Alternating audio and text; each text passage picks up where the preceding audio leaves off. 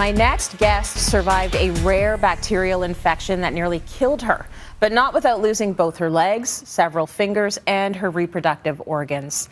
Therese Estacion turned to writing to help her deal with the trauma and has just published her first book of poems. It's called Phantompains, and she joins us now to talk about her journey. And Therese, I'm wondering if you can start by just sharing what happened. Yeah, sure.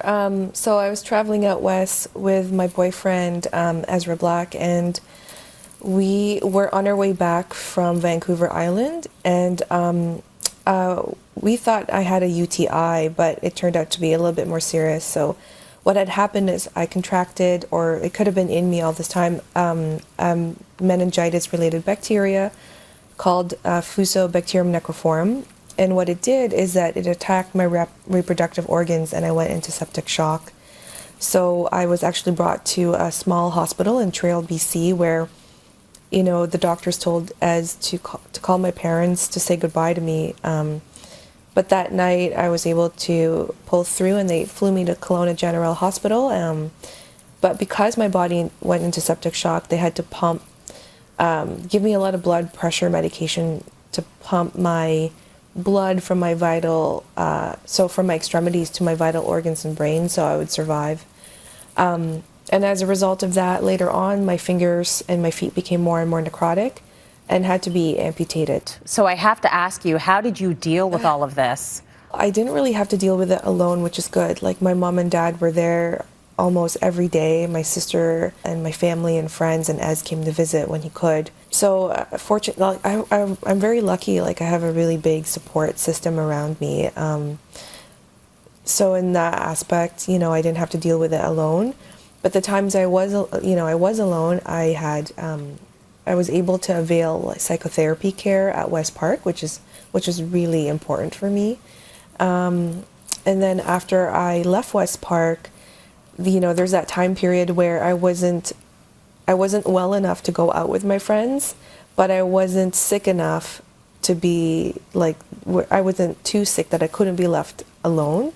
So I spent a lot of time in this in-between state, and what I did was I decided to write my feelings down, so I wrote.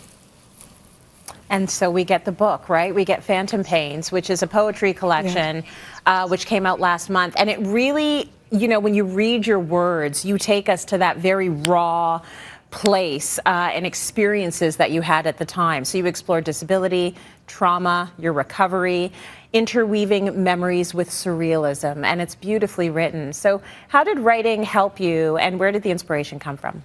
Well, writing really helped me kind of express my feelings. You know, a lot of the times I didn't want to express how angry or sad I was because I didn't want to upset my family or make them even sadder. So writing helped me express my feelings and helped me sublimate my feelings, because I thought, you know, if I'm not able to do anything right now, I might as well write with the hope of maybe sharing it one day. And that hope of sharing my work one day, it really gave me like a purpose, and it made me look forward to getting out into the world and sharing my work, which is kind of nice. Here we are now, I get to do that. So writing has done a lot for me in that regard. Well, speaking of purpose, you've been active in bringing awareness to the many issues facing people with disabilities. So what would you like people to know?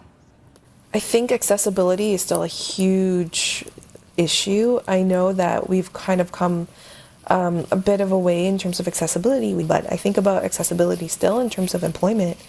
And I think about, you know, disabled people that are either underemployed or not employed because of the discrimination and barriers they feel or they have to face regarding employment, and maybe, you know, more able-bodied employers not realizing that, you know, people with disabilities need accommodations and are just as valuable as an able-bodied employee.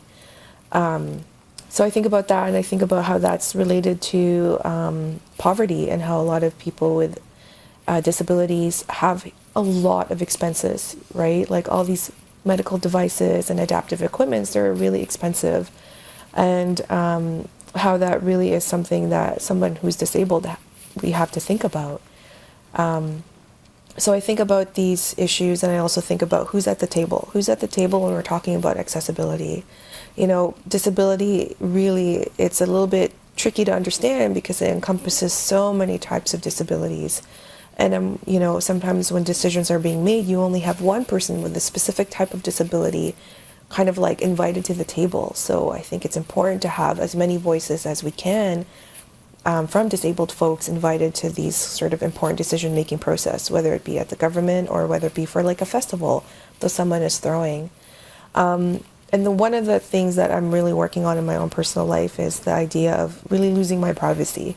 So when I'm out in public as a disabled person, a person with a disability, I often feel like people I'm very out in the open. I'm always vulnerable. My body is definitely something that is not normally seen, so people look at me a lot. And what I do often find is that people project a lot of their fears or hopes onto my body, and that is something that is a bit challenging as a disabled person. Is, you know, we want to just be able to go out and have fun and not have to worry about people taking a peek or looking.